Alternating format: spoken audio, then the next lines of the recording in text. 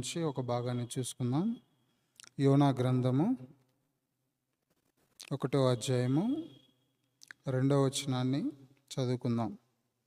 యోనా గ్రంథం 1వ అధ్యాయము 1-2 వచనాలు, అలాగే 9వ వచనాన్ని కూడా చదువుకుందాం. యెహోవా వాక్కు అమిత్తై కుమారుడైన యోనాకు ప్రత్యక్షమై ఇలాగు సెలవిచ్చెను. నినివే పట్టణస్థుల దోషము నా దృష్టికి ఘోరమాయను గనుక నీవు లేచి నినివే మహాపట్టణమునకు పోయి దానికి దుర్గతి కలుగునని ప్రకటింపుము. 9వ వచనాన్ని చదువుకుందాం. అతడు వారితో ఇట్లనెను, నేను హెబ్రీయుడను, సముద్రమునకును భూమికిని సృష్టికర్తయై ఆకాశమందుండు దేవుడై ఉన్న యెహోవా యందు నేను భయభక్తులు గలవాడనై ఉన్నాను. 4వ అధ్యాయము 2వ వచనాన్ని కూడా చదువుకుందాం. యెహోవా, నేను నా దేశమందుండగా ఇట్లు జరుగునని నేను అనుకుంటుని కదా. అందువలననే నీవు కటాక్షమును జాలియును బహుశాంతమును అత్యంత కృపయు గల దేవుడవై ఉండి పశ్చాత్తాపపడి కీడు చేయక మానుదువని నేను తెలుసుకొని దానికి ముందుగానే తర్షీషునకు పారిపోతిని. ప్రభు సహాయం కొరకే ప్రార్థన చేసుకుందాం. ప్రేమ కలిగిన తండ్రి, ఈ సాయంకాల సమయంలో మీ పాద సన్నిధికి రావడానికి మీరు ఇచ్చిన ఈ ప్రశస్తమైన సమయాన్ని బట్టి నీకు వందనాలు చెల్లిస్తున్నాను ప్రభా. ఇంతవరకు పాటల ద్వారా మీరు మాకు సహాయపడుతూ వచ్చినందుకే వందనాలు చెల్లిస్తున్నాం ప్రభా. చదవబడిన లేఖన భాగాలను మీరు దీవించి మాతో మాట్లాడుతున్నామని ప్రార్థిస్తున్నాం. మరుగు చేయండి, మీ రక్తం చేత కడిగి పవిత్రపరచమని ప్రార్థిస్తున్నాం. ఏమాత్రం అర్హత యోగ్యత లేని నన్ను మీరు పరిశుద్ధపరిచి పవిత్రపరచండి. నా పెదవులను నా గొంతుకను మీరు తాకమని ప్రార్థిస్తున్నాం. నీ వాక్యం ద్వారా అనేక మంది ఆత్మీయంగా మేలు పొందినట్లుగా, అనేక మంది రక్షణ లేని వారు రక్షణ పొందినట్లుగా సహాయం చేయండి. వాక్యాన్ని మీరు విరిచి మాతో మాట్లాడుతున్నామని ప్రార్థిస్తున్నాం. నీ వాక్యాన్ని మీరు మాకు పంచిపెట్టమని ప్రార్థిస్తున్నాం. ఎన్నో బలహీనతలు అద్దుబాట్లు కలిగిన వాడిని ఒప్పుకుంటున్నాను. నన్ను క్షమించి పరిశుద్ధపరిచి పవిత్రపరచండి. నీ వాక్యము మరి స్వేచ్ఛగా ధారాళంగా విడుదల చేయనట్లు కావాల్సిన మీ ఆత్మ స్వాతంత్రాన్ని మీరు దయచేయమని ప్రార్థిస్తున్నాం. చిరొచ్చిన వారిని బట్టి నీకు వందనాలు చెల్లిస్తున్నాం. ఆన్లైన్లో వింటున్న వారిని బట్టి కూడా మీకు వందనాలు చెల్లిస్తున్నాం. ఈ సమయాన్ని మీరు మాకెంతో ఆశీర్వాదకరంగా చేయమని ప్రార్థిస్తున్నాం. నన్ను మరుగు చేయండి. తద్వారా అనేక మంది ఈ యొక్క దేవుడు ఎవరో తెలుసుకున్నట్లుగా, ఈయన యొక్క గొప్ప లక్షణాలు ఎరుగునట్లుగా, అంతేకాకుండా ఏ విధంగా నినివే ప్రజలు తప్పించబడుతూ వచ్చారో, రక్షించబడుతూ వచ్చారో, అనేక మంది నరకం నుండి, నరకపు శిక్ష నుంచి తప్పించబడి నిత్య జీవం వైపు మరలింపబడినట్లుగా గొప్ప కార్యాలు చేసి మీ నామానికి మహిమ తెచ్చుకోమని యేసుక్రీస్తు నామంలో స్తుతించి ప్రార్థించి వేడుకుంటున్నాం తండ్రి, ఆమేన్.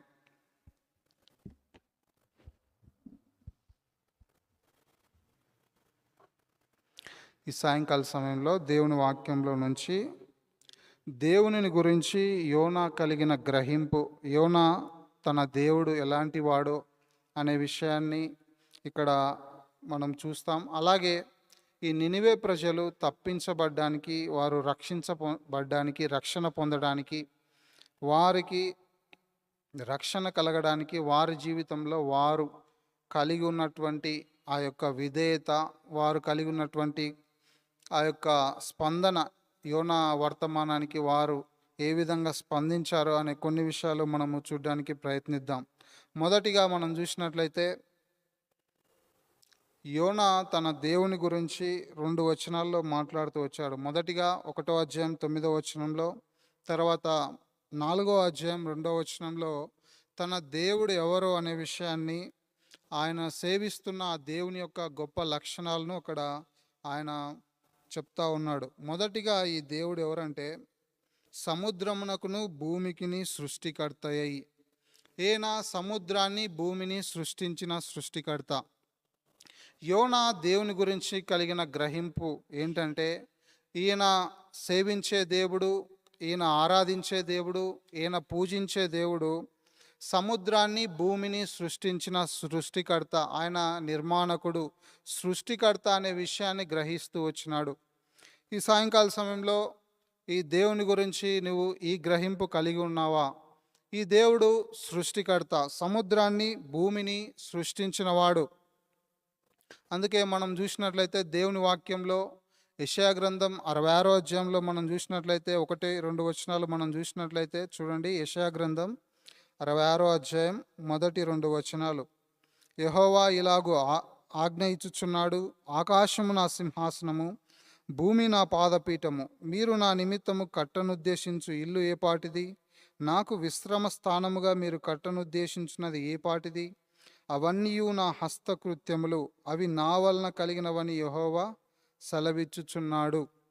ఇక్కడ చూసినట్లయితే భూమిని, ఆకాశాన్ని, సమస్తాన్ని నేనే సృష్టించినాను, అవి నా చేతి పనులు, నేనే వాటిని నిర్మించి ఉన్నానని దేవుడు సెలవిస్తూ ఉన్నాడు. ఈయన నిర్మాణకుడు, ఈయన సృష్టికర్త, ఈయన సమస్తాన్ని నిర్మించిన దేవుడు, సమస్తానికి సృష్టికర్త అయిన దేవుడు. ఈ వాక్యం వింటున్న మీరు, మనము ఈ గ్రహింపు కలిగి ఉన్నామా? ఈయన సమస్తాన్ని నిర్మించినవాడు. అయితే ఈయన 3 విధాలుగా సృష్టికర్తగా ఉన్నాడు. మొదటిగా మనం చూసినట్లయితే సమస్త ప్రపంచాన్ని సృష్టించిన వాడుగా ఉన్నాడు. రెండవదిగా మానవుని సృష్టించిన సృష్టికర్తగా ఉన్నాడు. మూడవదిగా మనం చూసినట్లయితే పతనపైన పడిపోయిన మానవుణ్ణి మరలా క్రీస్తు ప్రభువారిలో నూతనంగా సృష్టించిన సృష్టికర్త అయి ఉన్నాడు.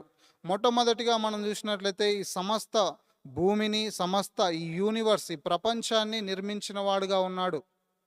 ఇక్కడ మనం చూస్తే ఆకాశము ఆయన సింహాసనము, భూమి నా పాదపీఠం అంటున్నాడు. ఇవి నా హస్తకృత్యములు, ఇవి నా చేతి వలన కలిగినవి, ఇవి నేను నిర్మించినాను. ఆదికాండము 1-2 అధ్యాయాల్లో చూస్తే ఏ విధంగా దేవుడు తన మాట ద్వారా సమస్తాన్ని నిర్మించినాడో మనం చూస్తాం. సమస్తాన్ని నిర్మించిన నిర్మాణకుడు. అంతేకాకుండా కీర్తనల గ్రంథం 104వ అధ్యాయంలో చూస్తే, కీర్తనలు 104వ అధ్యాయము చూడండి, 5వ వచనాన్ని 7-8 వచనాలు చదువుకుందాం.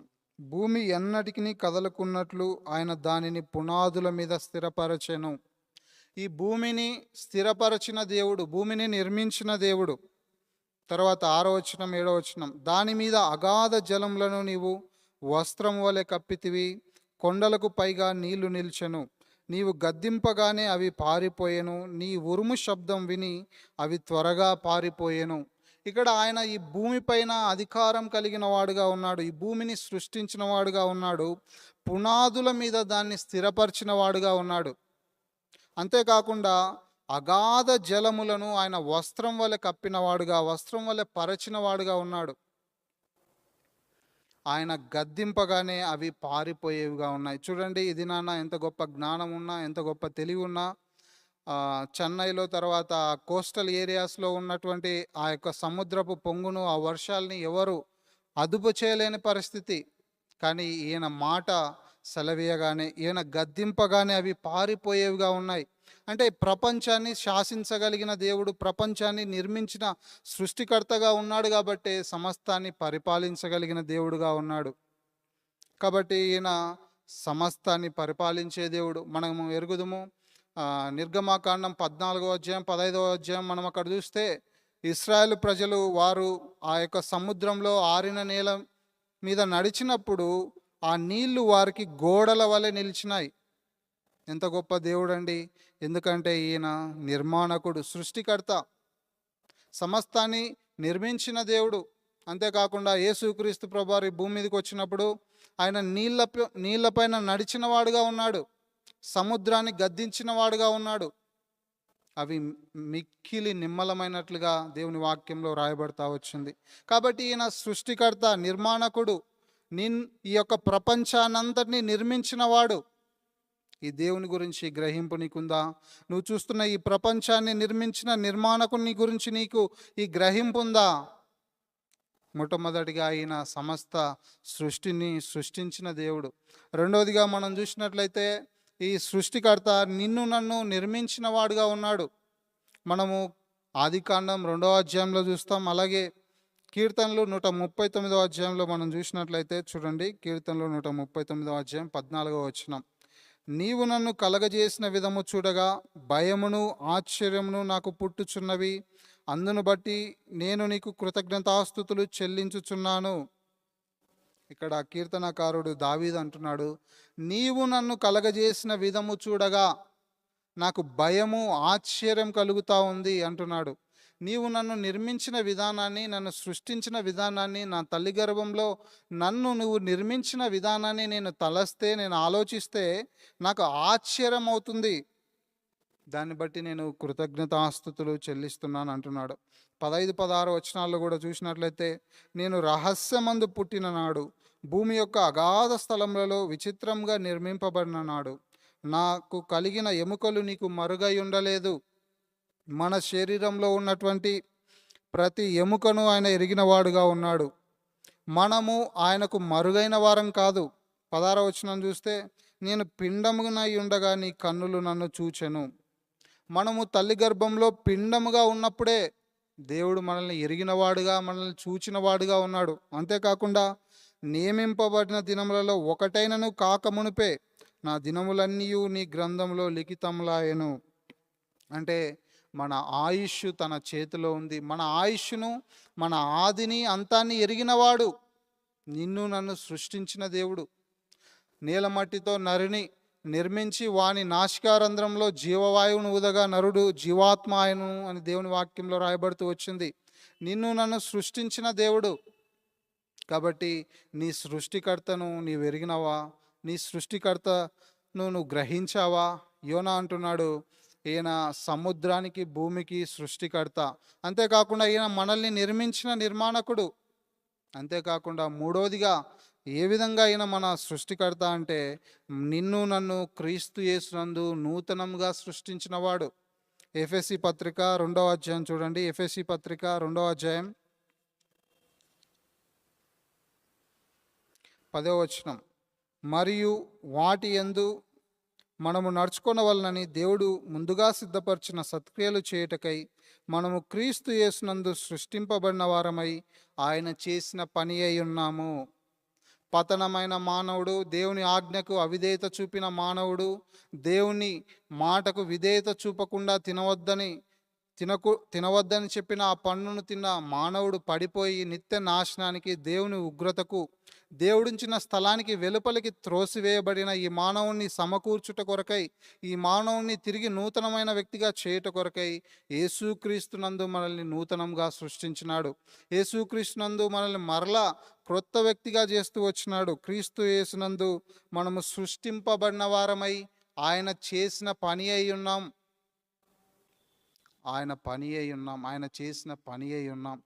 కాబట్టి ఈ వాక్యం వింటున్న వారిలో యేసుక్రీస్తు ద్వారా నువ్వు నూతన వ్యక్తిగా సృష్టింపబడ్డావా? ఈ అనుభవం నీ జీవితంలో ఉందా?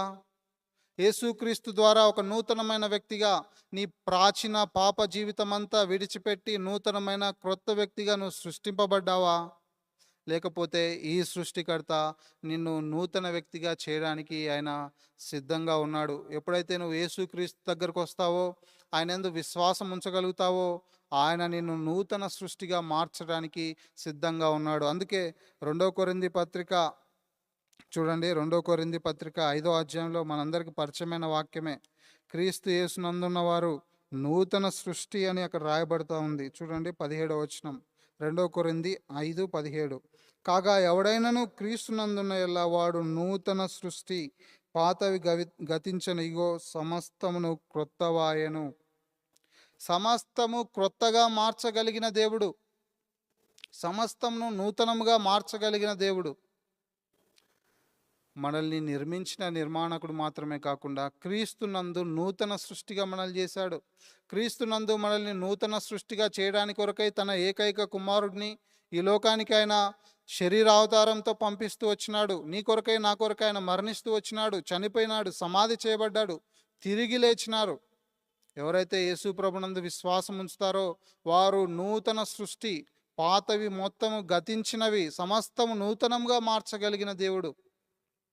కాబట్టి ఈ సృష్టికర్తతో నీకు పరిచయం ఉందా? ఈ సృష్టికర్త నీ రక్షణకర్తగా ఉన్నాడా? ఈ సృష్టికర్త పైన నీ అభిప్రాయం ఏంటి? యోనా తన జీవితంలో ఈయన తన సృష్టికర్త అని గ్రహిస్తూ వచ్చినాడు. మొట్టమొదటిగా మనం చూస్తూ వచ్చాము, ఈయన మన సృష్టికర్త. అందులోనే సృష్టిని సృష్టించిన సృష్టికర్త, నిన్ను నన్ను భౌతికంగా సృష్టించిన సృష్టికర్త, నిన్ను నన్ను క్రీస్తునందు నూతనంగా సృష్టించిన సృష్టికర్త అని మనం చూస్తూ వచ్చాం. తర్వాత రెండవదిగా చూసినట్లయితే యోనా గ్రంథం 1వ అధ్యాయం 9వ వచనంలో, ఆకాశమందు దేవుడు. ఈయన ఎవరంటే ఆకాశమందున్న దేవుడు, హెవెన్లీ గాడ్, పరలోకంలో నివసించే దేవుడు, పరమందున్న దేవుడు ఈయన.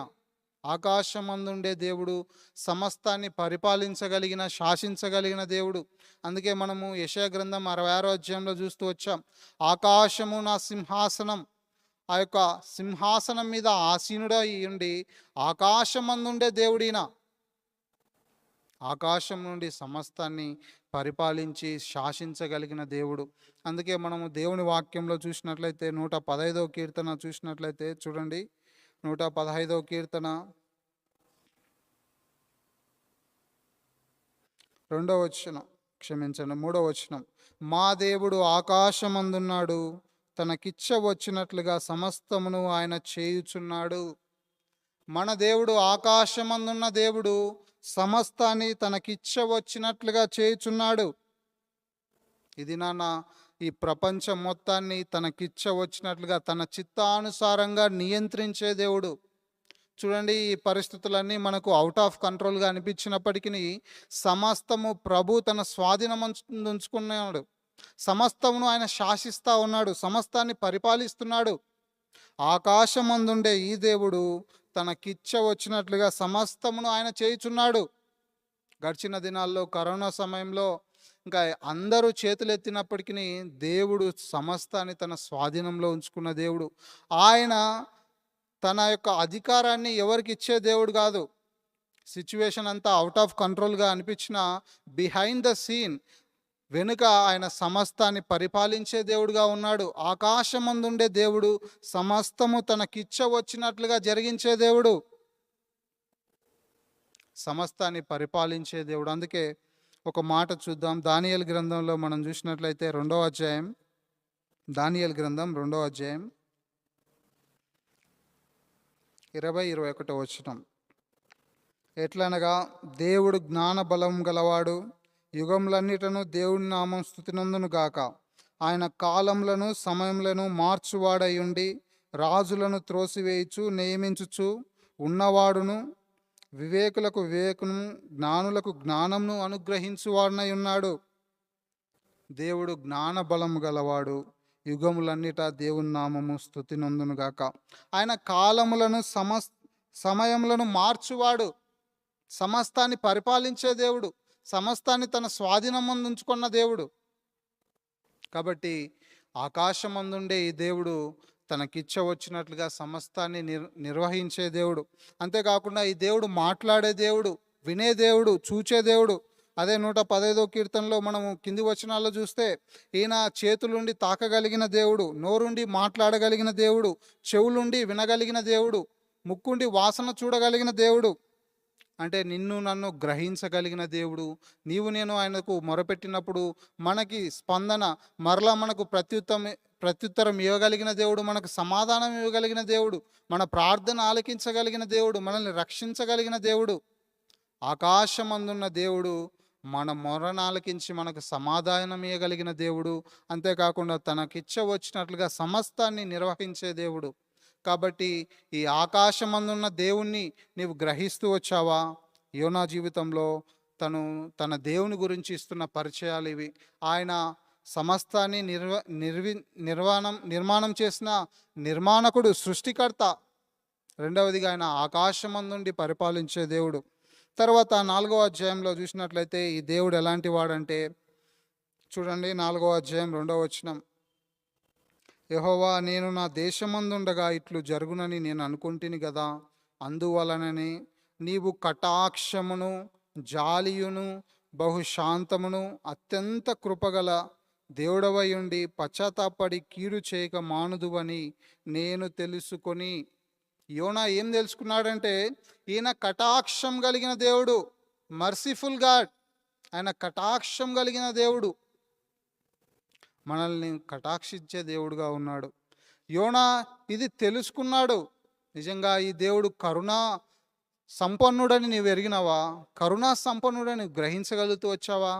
ఈయన కటాక్షం కలిగిన దేవుడు, అంతేకాకుండా జాలి కలిగిన దేవుడు. 103వ కీర్తనలో మనం చూస్తాం, తండ్రి తన పిల్లలపైన జాలి పడినట్లుగా యెహోవా మన యందు జాలిపడును అని అక్కడ మనం చూస్తాం. ఈయన జాలిపడే దేవుడు. యేసుక్రీస్తు ప్రభువారు భూమి మీద జీవిస్తున్న కాలంలో జన సమూహాన్ని చూసి ఆయన కనికరపడినట్లుగా చూస్తాం. మత్తయి సువార్త 14వ అధ్యాయం 14వ వచనంలో కూడా మనం ఈ మాటని చూస్తాం. చూడండి, ఆయన వచ్చి ఆ గొప్ప సమూహమును చూచి వారి మీద కనికరపడి. యేసుక్రీస్తు ప్రభువారు కనికరం కలిగిన దేవుడు. ఈయన కటాక్షం కలిగిన దేవుడు, జాలి కలిగిన దేవుడు. అందుకే ఎఫెసీ పత్రిక 2వ అధ్యాయంలో మనం చూస్తాం, మనం మన పాపముల చేత అపరాధముల చేత చచ్చిన వారమై ఉంటుండగా అయినను దేవుడు కరుణా సంపన్నుడై ఉండి అని అక్కడ మనం చూస్తాం. ఇలాంటి దౌర్భాగ్యకరమైన దిక్కుమాలిన స్థితిలో మనం ఉన్నప్పటికీ దేవుడు కరుణా సంపన్నుడు. అపోస్తులైన పౌలు తన జీవితంలో కూడా ఈ విషయాన్ని ఎరిగినాడు. దేవుడు ఎంతో దీర్ఘశాంతం కలిగిన వాడని మొదటి తిమోతి పత్రికలో మనం చూస్తే, మొదటి తిమోతి పత్రిక 1వ అధ్యాయం 16వ వచనంలో చూస్తే, ఆయనను నిత్య జీవం నిమిత్తమును తనను విశ్వసింపబో వారికి నేను మాదిరిగా ఉండునాగున యేసుక్రీస్తు తన పూర్ణమైన దీర్ఘశాంతమును ఆ ప్రధాన పాపి అయిన నాయందు కనుపర్చునట్లు నేను కనికరింపబడి తిని. అపోస్తులైన పౌలు తన గత జీవితాన్ని మనమందరికీ పరిచయమే. ఎలాంటి దౌర్భాగ్యకరమైన దేవునికి శత్రువుగా జీవిస్తూ ఉన్నాడో, దేవుని సంఘాన్ని హింసిస్తూ వచ్చినాడో, పాపులలో ప్రధానున పాపినన్నాడు, పరిశుద్ధులలో అత్యల్పునన్నాడు, అపోస్తులు అనబడ్డానికి యోగ్యుడను కానన్నాడు. ఎందుకంటే తన గత జీవితం తను ఎరిగిన వాడుగా ఉన్నాడు. స్టెఫను చావుకి తను సమ్మతించిన వాడుగా ఉన్నాడు. ఒక నీతిమంతుని మరణానికి తను కూడా ఒక సాక్షిగా ఉన్నాడు. ఇలాంటి దౌర్భాగ్యకరమైన స్థితిలో తను ఉన్నప్పటికీ దేవుడు తన పైన చూపించినటువంటి పూర్ణమైన దీర్ఘశాంతం, దేవుడు తనని ఎప్పుడో చంపివేయవచ్చు, తనని మరణానికి అప్పగించవచ్చు, కానీ దేవుడు తన పైన పూర్ణమైన దీర్ఘశాంతాన్ని కనపరిచినాడు. అందుకే ఆయన కనికరింపబడుతూ వచ్చాడు. మనం చూస్తాం, దేవుడు ఎంతో కనికర సంపన్నుడు, కరుణా సంపన్నుడు. మనము మన పాపములను ఒప్పుకున్నట్లయితే ఆయన నమ్మదగినవాడు, నీతిమంతుడు గనక మన పాపములను క్షమించి సమస్త దుర్నీతి నుండి మనల్ని పవిత్రులుగా చేయనని మొదటి యోహాను పత్రిక 1వ అధ్యాయం 9వ వచనంలో చూస్తాం. మన ప్రతి పాపం నుండి, సమస్త దుర్నీతి నుండి, అది ఎటువంటి బ్యాక్గ్రౌండ్ అయినా, ఎటువంటి వెనుక చరిత్ర అయినా, ఎటువంటి పాత జీవితమైనప్పటికీ ఈ కరుణా సంపన్నుడైన దేవుడు మనల్ని కనికరించే దేవుడు. అంతేకాకుండా పేతురు పత్రికలు కూడా మనం చూస్తే, ఆయన ఎవరునూ నశింపకూడదని ఆశిస్తూ మన గురించే ఆయన దీర్ఘశాంతం గలవాడై ఉన్నాడని మనం చూస్తాం. చూడండి, 2వ పేతురు పత్రిక 3వ అధ్యాయం 9వ వచనంలో మనం చూస్తే, కొందరు ఆలస్యమని ఎంచుకున్నట్లు ప్రభు తన వాగ్దానం గూర్చి ఆలస్యం చేయువాడు కాడు, కానీ ఎవడునూ నశింపవలనని ఇచ్చేయింపక అందరూ మారు మనసు పొందవలనని కోరుచు మీ యెడల దీర్ఘశాంతం గలవాడై ఉన్నాడు. ఎవరునూ నశింపకూడదని ప్రభు యొక్క ఆశ. ప్రభు యొక్క ఆశ ఏంటంటే అందరూ రక్షణ పొందాలి, అందరూ సత్యంను గూర్చిన అనుభవ జ్ఞానంలోనికి రావాలనేది ప్రభు యొక్క ఉద్దేశం. ప్రతి మానవుడు రక్షణ పొందాలనేది ప్రభు యొక్క ఉద్దేశం. అందుకే ఆయన కరుణా సంపన్నుడుగా ఉన్నాడు. మొదటి తిమోతి పత్రికలో మనం చూస్తే 2వ అధ్యాయంలో 2వ అధ్యాయం 4వ వచనం, ఆయన మనుషులందరూ రక్షణ పొంది సత్యంను గూర్చిన అనుభవ జ్ఞానం గలవారై ఉండవలనని ఇచ్చయించుచున్నాడు. ఇది దేవుని యొక్క కోరిక, దేవుని యొక్క చిత్తం, దేవుని యొక్క అభిలాష. అంటే ఏంటంటే అందరూ, ప్రతి మానవుడు రక్షణ పొంది సత్యాన్ని గురించిన అనుభవ జ్ఞానం కలిగి ఉండాలని ప్రభు యొక్క కోరిక. సత్యం అంటే యేసుక్రీస్తు ప్రభువారే. యేసు ప్రభువారు అన్నాడు, నేనే మార్గము సత్యము జీవం. యేసు ప్రభువారే సత్యం. అంటే ప్రతి మానవుడు ఈ యేసు ప్రభువారిని గురించిన అవగాహన కలిగి ఉండాలని, ఈ యేసు ప్రభువారిని ప్రతి మానవుడు ఎరగాలని, ప్రతి మానవుడు రక్షణ పొందాలని దేవుని యొక్క ఉద్దేశం. ఎందుకంటే యేసుక్రీస్తు ప్రభువారు అన్నాడు, నా ద్వారానే తప్ప ఎవడునూ తండ్రి యొద్దకు రాడన్నాడు. అంటే యేసు ప్రభువారు మాత్రమే మార్గం, ఆయన ద్వారానే తప్ప ఎవడునూ తండ్రి యొద్దకు రాడు. అయితే ఎవరైతే ఈ సత్యమైనటువంటి యేసు ప్రభువారిని ఎరుగుతారో, గ్రహిస్తారో, ఈ అనుభవ జ్ఞానంలోనికి వస్తారో వారు మాత్రమే రక్షణ పొందేవారుగా, వారు మాత్రమే తండ్రి యొద్దకు చేరేవారుగా ఉన్నారు. ఈ దేవుడు కరుణా సంపన్నుడుగా ఉన్నాడు. ఈయన కటాక్షము, జాలి కలిగిన దేవుడు. అంతేకాకుండా బహు శాంతము గల దేవుడు. ఇంగ్లీష్లో రాయబడింది స్లో స్లో టు యాంగర్, అంటే కోపించటానికి నిదానించేవాడు. బహు శాంతం కలిగిన దేవుడు. ఆయన నిజంగా మనపైన కోపము ఒక్క నిమిషం ఉంచినట్లయితే మనము దహించి బడవేయాల్సిన వారంగా ఉంటాం. కానీ ఆయన బహు శాంతం కలిగిన దేవుడు. అంతేకాకుండా అత్యంత కృప కలిగిన దేవుడై ఉన్నాడు. ఆయన అత్యంత కృప కలిగిన దేవుడు. ఆయన కృప ఎంతో అపరిమితమైనది. ఎవరైతే అర్హత లేరో వారిపైన చూపించేదే ఈ కృప, అన్మెరిటెడ్ ఫేవర్. దేనికైతే మనకు అర్హత, భాగ్యం లేదో దానిపైన, వారిపైన కనపరిచే ఆ యొక్క కృప, ఆ జాలి, ఆ కటాక్షమే అది కృప. కాబట్టి నీవు నేను దేనికైతే అర్హత లేదో, దేనికైతే పాత్రులంగా లేమో దానికి దేవుడు మనల్ని పాత్రులుగా చేశాడు. మనము రక్షణ పొందడానికి దేవుని కృప మాత్రమే ఆధారం. ఎఫెసీ పత్రిక 2:9 ఉంది, మీరు విశ్వాసం ద్వారా కృపచేతనే రక్షించబడిన వారుగా ఉన్నారు. ఇది మీ వలన కలిగినది కాదు గనుక ఎవడునూ అతిశయపడ వీల్లేదు. ప్రతి మానవుడు కూడా పాపి, ఏ భేదంను లేదు. అందరూ పాపం చేసి దేవుడు అనుగ్రహించి మహిమను పొందలేకపోతున్నారని దేవుని వాక్యం ఎంతో స్పష్టంగా జ్ఞాపకం చేస్తూ ఉంది. కాబట్టి ఏ మానవుడు దేవుని ఎదుట అతిశయపడడానికి వీలు లేదు. ఎందుకంటే వారు రక్షణ పొందడానికి, దేవుని యొద్దకు రావడానికి కేవలం కారణం ఏంటంటే దేవుని యొక్క కృప, దేవుని యొక్క కటాక్షం. ఆయన మాత్రమే వారిని రక్షించే దేవుడుగా ఉన్నాడు. ఇక్కడ యోనా తన దేవుని గురించి ఈ విధంగా వర్ణిస్తూ ఉన్నాడు. తర్వాత మనం చూసినట్లయితే ఈ నినివే ప్రజలు ఏ విధంగా యోనా యొక్క వర్తమానాన్ని విని వారు స్పందిస్తూ వచ్చినారు, ఏ విధంగా వారు రక్షణ పొందుతూ వచ్చినారు అనే విషయాన్ని చూస్తాం. మొదటిగా ఈ దేవుడెవరో, ఎలాంటి వాడో అనే విషయాన్ని మనం చూస్తూ వచ్చాం. ఎంత గొప్ప దేవుడో అనే విషయాన్ని ఏ విధంగా యోనా గ్రహించాడో, ఎలాంటి దేవుడో అనే విషయాన్ని మనం చూస్తూ వచ్చాం. అయితే ఈ నినివే ప్రజలు వారు నాశనానికి సిద్ధంగా ఉన్నవారుగా ఉన్నారు. అదే విషయాన్ని మనం యోనా గ్రంథం 1:2 చూస్తాం. నినివే పట్టణస్థుల దోషము నా దృష్టికి ఘోరమాయను గనుక నీవు లేచి నినివే మహాపట్టణమునకు పోయి దానికి దుర్గతి కలుగునని ప్రకటింపుము. దుర్గతి కలిగే స్థితిలో ఉన్నటువంటి ఈ నినివే పట్టణము ఏ విధంగా రక్షణ పొందింది, ఏ విధంగా రక్షించబడుతూ వచ్చింది అంటే, దానికంటే ముందుగా ఒక విషయాన్ని మీకు జ్ఞాపకం చేయాలని ఇష్టపడతా ఉన్నా. ఈ నినివే పట్టణంలో 1,20,000 మంది ప్రజలు ఉన్నారని మనము 4వ అధ్యాయం 11వ చూస్తాం. 120,000 కంటే ఎక్కువైన జనము ఈ పట్టణంలో ఉన్నట్లుగా చూస్తున్నాం. 1,20,000 కంటే ఎక్కువ ఉన్నటువంటి ఈ ప్రజలు రక్షణ పొందారంటే యోనా ప్రకటిస్తూ వచ్చినాడు. మొదట దేవునికి అవిధేయత చూపించినప్పటికీ, మొదట దేవునికి విధేయుడు కాకపోయినప్పటికీ మరలా తన పశ్చాత్తాపడి 2వ అధ్యాయం అంతా తను ఆ యొక్క చేప కడుపులో చేసిన ప్రార్థన చేసి పశ్చాత్తాపడి సమకూర్చబడి ప్రకటించినప్పుడు దేవుడు 1,20,000 కంటే ఎక్కువైన జనాలను రక్షిస్తూ వచ్చినాడు. ఇప్పుడు రక్షింపబడిన మనము దేవుడు మనకిచ్చిన ఈ సువార్తను ప్రకటిస్తున్నామా? చూడండి, యోనా ఒక్కడే దాదాపుగా 1,20,000 కంటే ఎక్కువైన మంది ప్రజలను రక్షణలోనికి నడిపించడానికి వర్తమానం అందించగలుగుతూ వచ్చినాడు.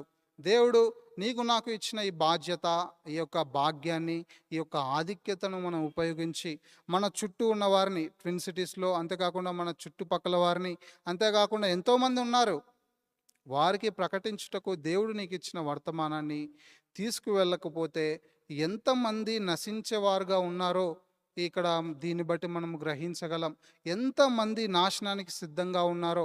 ఒక్క యోనా నినివే పట్టణానికి వెళ్ళకపోయింటే దాదాపుగా 1,20,000 కంటే ఎక్కువ మంది ప్రజలు, ఏమాత్రము ఎరగని ప్రజలు, దేవుని గురించి గ్రహింపు లేని ప్రజలు నాశనానికి వెళ్ళేవారుగా ఉన్నారు. అయితే ఈ యోనా విధేయత వారందరి రక్షణకు కారణమవుతూ వచ్చింది.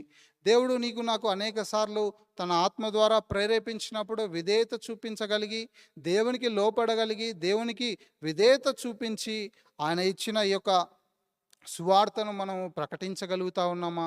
ఆయన ఇచ్చిన ఈ బాధ్యతను నెరవేర్చగలుగుతా ఉన్నామా? యోనా వలె అవిధేయత చూపించగలుగుతా ఉన్నామా?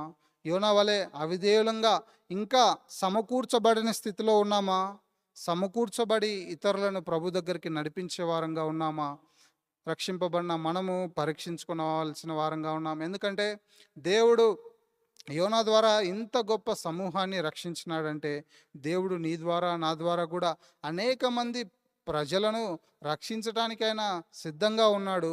కానీ మనము విధేయత చూపించడానికి ఇష్టపడతా ఉన్నామా అనేది చాలా ప్రాముఖ్యమైన విషయం. అంతేకాకుండా దేవుడు ఇక్కడ చూసినట్లయితే యోనా తను ఎంత స్వార్థపరుడుగా ఉన్నాడు చూడండి. ఈ విధంగా వీరు రక్షించబడిన తర్వాత, వారు మారుమనసు పొందిన తర్వాత, కాపాడబడిన తర్వాత, భద్రపరచబడిన తర్వాత సంతోషించాల్సిన వ్యక్తి దేవుని పైన కోపగించుకున్నవాడుగా ఉన్నాడు. దేవుని పైన కోపగించుకున్న వ్యక్తిగా కనబడతా ఉన్నాడు. తను నిజంగా ప్రభు నా ద్వారా ఇంత గొప్ప సమూహాన్ని ప్రభు రక్షణలోనికి నడిపించాడు, వారిని కాపాడాడు, వారిని భద్రపరిచినాడనే ఆశ, ఆనందము తనలో లేదు. కానీ వారిని దేవుడు కాపాడనే విషయాన్ని బట్టి దేవునితో ప్రశ్నిస్తూ ఉన్నాడు. నాకు ముందే ఈ విషయం తెలుసు అని అంటున్నాడు. అంటే ఇక్కడ రెండవదిగా మనం గ్రహిస్తే, తన సొంత ప్రణాళికను నెరవేర్చుకోవడానికి తన సొంత ప్రణాళికనే సరి అయినదని మాట్లాడుతూ ఉన్నాడు. తను ఏదైతే గ్రహింపు కలిగి ఉన్నాడో, ఏదైతే అవగాహన కలిగి ఉన్నాడో, ఇదే కరెక్ట్ ప్రభా, నువ్వు చేసేది సరిగా లేదన్నట్టుగా ప్రభువుని ప్రశ్నించినట్లుగా చూస్తున్నాం. విశ్వాసులుగా అనేక సార్లు ఇదే విధంగా ప్రభు దగ్గర మనం ఉంటాం. కాబట్టి రక్షింపబడిన మనము ఇవి రెండు విషయాలు పరీక్షించుకోవాలి. అయితే ఈ నినివే పట్టణస్థులు రక్షించబడ్డానికి కొన్ని కారణాలు మీకు జ్ఞాపకం చేయాలని ఇష్టపడతా ఉన్నా. 3వ అధ్యాయంలో చూసినట్లయితే 5వ వచనం, మొట్టమొదటిగా ఈ యోనా సువార్త ప్రకటించినప్పుడు, ఇక 40 దినములకు నినివే పట్టణము నాశనమగునని ప్రకటన చేసినప్పుడు, వారు మొట్టమొదటిగా ఏం చేశారంటే దేవుని యందు విశ్వాసముంచి, 5వ వచనంలో చూస్తే, నినివే పట్టణము వారు దేవుని యందు విశ్వాసముంచి. వీరు రక్షించబడ్డానికి ప్రాథమిక కారణం ఏంటంటే విశ్వాసం. దేవుని యందు విశ్వాసం ఉంచారు. దేవుని యందు వారు విశ్వాసం ఉంచుతూ వచ్చినారు. ఇది యోనా వర్తమానంగా వారు అంగీకరించలేదు. దేవుడే యోనా ద్వారా వర్తమానం పంపించాడని, ఇది యోనా మెసేజ్ కాదు, దేవుని మెసేజ్ ఇది, దేవుడే తన వర్తమానాన్ని తన సేవకుని ద్వారా పంపించాడని గ్రహిస్తూ వచ్చారు. అందుకే వారు దేవుని యందు విశ్వాసం ఉంచారు. ఈ దినం ఈ యొక్క వర్తమానం వింటున్న మీరు ఎవరైనా, ఈ వర్తమానం నాది కాదు, ఈ వర్తమానం దేవుందే, దేవుడిచ్చిన వర్తమానం, ఆ దేవుని యందు నువ్వు విశ్వాసం ఉంచగలుగుతా ఉన్నామా? లేకపోతే ఒక మానవుడు, లేకపోతే ఒక వ్యక్తులు, ఒక మతం వారు ప్రచారం చేసేదని నీవు తలస్తున్నావేమో, అది తప్పు అభిప్రాయం అని దేవుని వాక్యాన్ని బట్టి జ్ఞాపకం చేస్తూ ఉన్నా. ఎందుకంటే నినివే వారు యోనా ఇచ్చిన వర్తమానాన్ని వారు స్వీకరించి దేవుని యందు విశ్వాసం ఉంచగలుగుతూ వచ్చారు. దేవుని యందు విశ్వాసం ఉంచినట్లయితే రక్షణ కలుగుతుంది. మనము ఇప్పుడే చూస్తూ వచ్చాం, ఎఫెసీ పత్రిక 2వ అధ్యాయం 9వ వచనంలో, విశ్వాసం ద్వారా కృపచేతనే మీరు రక్షించబడినారు అని మనము చూస్తూ వచ్చాం. మన రక్షణకు కారణం విశ్వాసమే.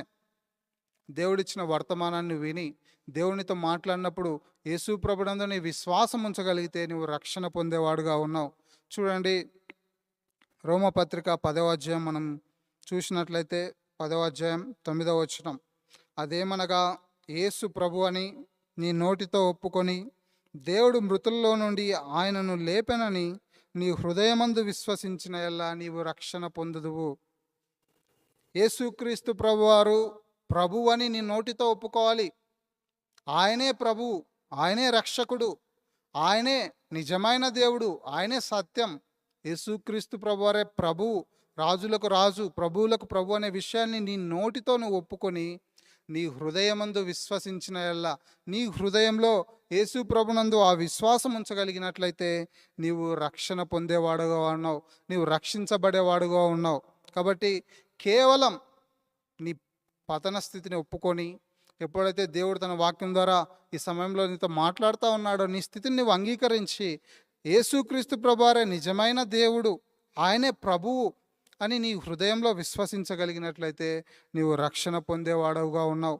అందుకే అపోస్తుల కార్యములు 16వ అధ్యాయంలో 30-31 వచనాల్లో అక్కడ చూసినట్లయితే ఆ యొక్క చెరసాల నాయకుడు వేసిన ప్రశ్న ఏంటంటే, అయలారా రక్షణ పొందుటకు నేనేమి చేయవలెను, రక్షణ పొందుటకు నేనేమి చేయవలను అని పౌలును అడిగినప్పుడు పౌలు శీల ఇచ్చిన ఆ సమాధానం ఏంటంటే, ప్రభు అయిన యేసునందు విశ్వాసం ఉంచుము, అప్పుడు నీవును నీ ఇంటి వారును రక్షణ పొందుదురని చెప్పి.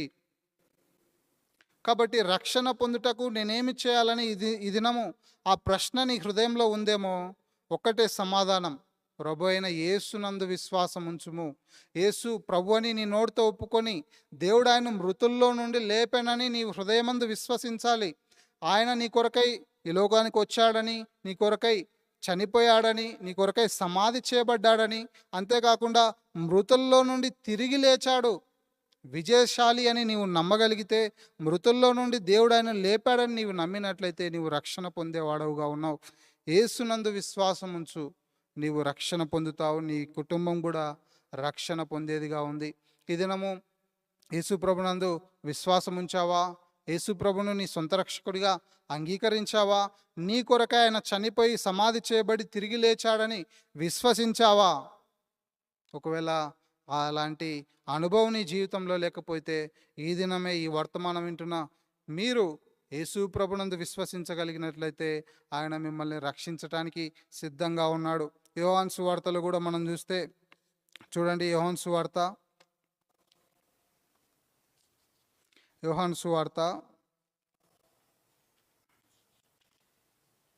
5వ అధ్యాయం 24వ వచనం, నా మాట విని నన్ను పంపిన వాని యందు విశ్వాసముంచువాడు నిత్య జీవం గలవాడు, వాడు తీర్పులోనికి రాక మరణంలో నుండి జీవంలోనికి దాటి ఉన్నాడని మీతో నిశ్చయముగా చెప్పుచున్నాను. నా మాట విని నన్ను పంపిన వాని యందు విశ్వాసం ఉంచిన వారు తీర్పులోకి రారు.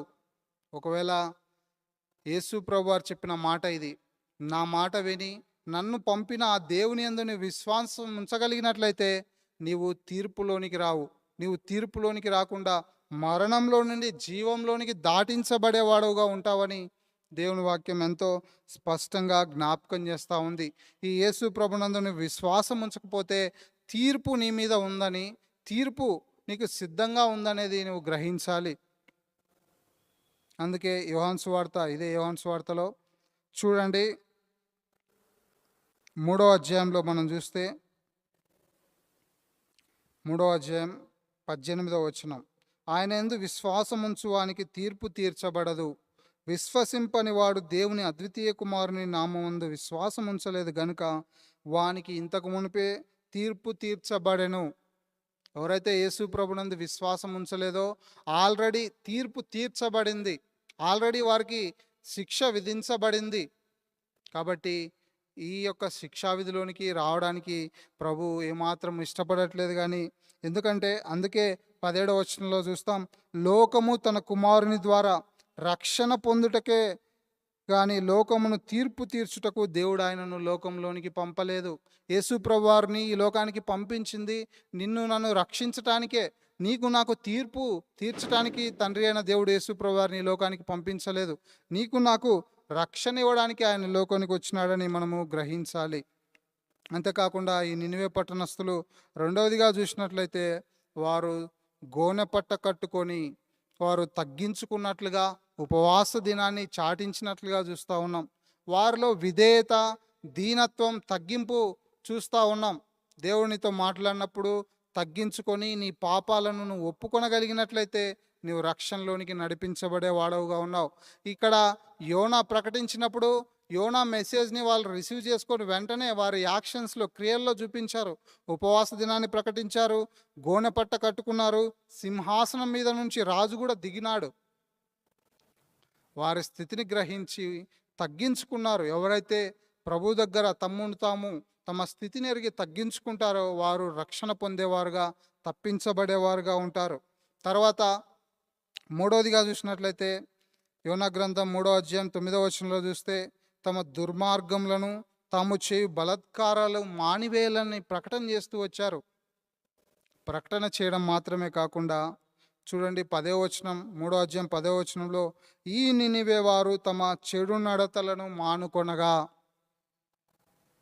వీరు తమ బలాత్కారములు, దుర్మార్గములు, చెడు నడతలు మానుకున్నారు. ఈవిల్ వేస్, వాయిలెన్స్ అని రాయబడింది ఇంగ్లీష్లో, వాయిలెన్స్.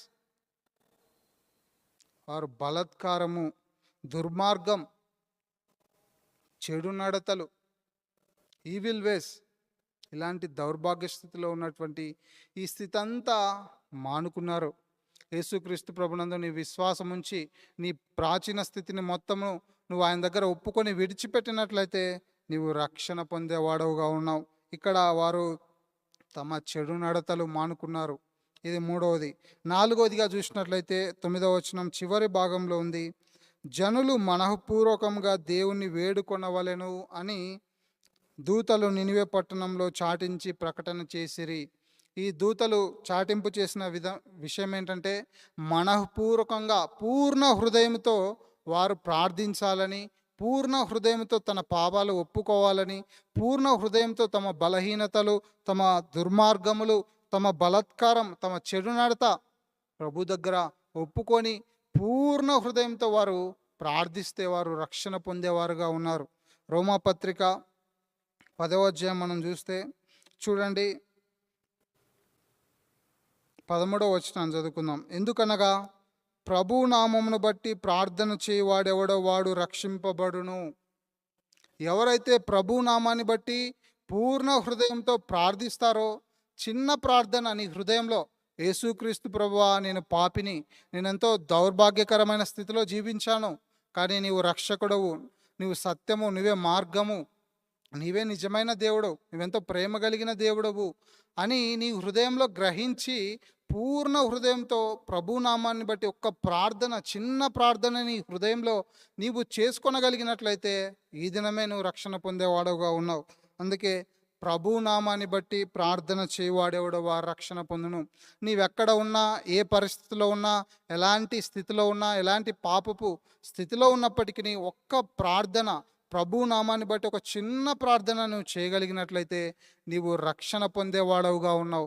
ప్రభు నామాన్ని బట్టి నువ్వు ప్రార్థించగలిగినట్లయితే ఈ రక్షణలోనికి నీవు నడిపించబడేవాడుగా ఉన్నావు. కాబట్టి ఈ దినం ఈ యొక్క తలంపులు ప్రభు మన యొక్క వినికిల్లో ఆశీర్వదించును గాక. ఈ యొక్క రక్షకుడు, ఈ సృష్టికర్తను నీవు ఎరిగిన వాడవుగా ఉన్నావా? ఈ యొక్క దేవుణ్ణి, ఆకాశమందున్న దేవుణ్ణి నీవు ఎరిగిన వాడుగా ఉన్నావా? ఈ కరుణా కటాక్షములు, జాలి, దీర్ఘశాంతము, కృపగలిగిన దేవుణ్ణి నీవెరిగిన వాడవుగా ఉన్నావా? అంతేకాకుండా దేవుడు నీకు ఇచ్చిన వర్తమానాన్ని బట్టి నీవే విధంగా స్పందిస్తూ ఉన్నావు, ఏ విధంగా ప్రభువుకి లోబడతా ఉన్నావు? నినివే ప్రజల వలె దేవుని యందు విశ్వాసం ఉంచాలి, తగ్గించుకోవాలి, బలాత్కారాలు, చెడు మార్గాలు విడిచిపెట్టాలి. పూర్ణ హృదయంతో ప్రభువుకు ప్రార్థన చేస్తే నిన్ను కూడా ప్రభు రక్షించడానికి సిద్ధంగా ఉన్నాడు. కాబట్టి ఈ వాక్యం వింటున్న వారు ఎవరైనా మిమ్మల్ని కూడా రక్షించడానికి ప్రభు సిద్ధంగా ఉన్నాడు. వారిని దుర్గతి కలుగునని ప్రకటించిన దేవుడే, పశ్చాత్తాపడి వారికి చేయదలిచిన కీడును మానిన దేవుడు. నిన్ను నన్ను ఆ యొక్క ఉగ్రతలోనికి దేవుడు తీసుకొని రావడానికి ఇష్టపడట్లేదు, కానీ తన కుమారుని ద్వారా నిన్ను నన్ను రక్షణ పొందుటకే యేసు ప్రభు వారిని లోకానికి పంపించాడని దేవుని వాక్యం ఎంతో స్పష్టంగా జ్ఞాపకం చేస్తూ ఉంది. కాబట్టి ఆయన మాటలకు విధేయత చూపించి లోబడినట్లయితే ప్రభు మనల్ని కూడా రక్షించేవాడుగా ఉన్నాడు. దేవుడి వాక్యాన్ని దీవించును గాక.